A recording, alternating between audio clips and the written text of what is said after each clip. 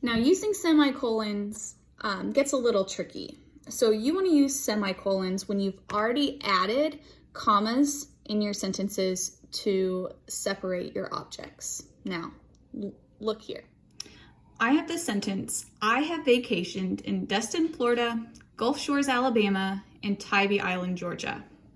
If you can see, I already have commas in my sentence because you always want to separate your city away from your state.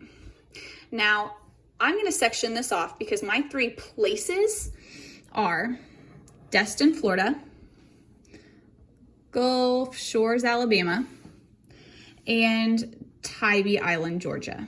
Now, I still am going to need to use something to separate these places. I've already used commas, so it doesn't make sense for me to add more commas in my sentence. So I'm going to use semicolons.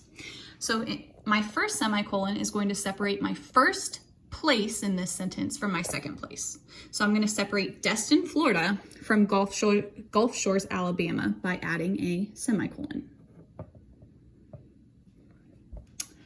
Gulf Shores, Alabama and Tybee Island, Georgia still need to be separated. So I'm going to use a semicolon here too.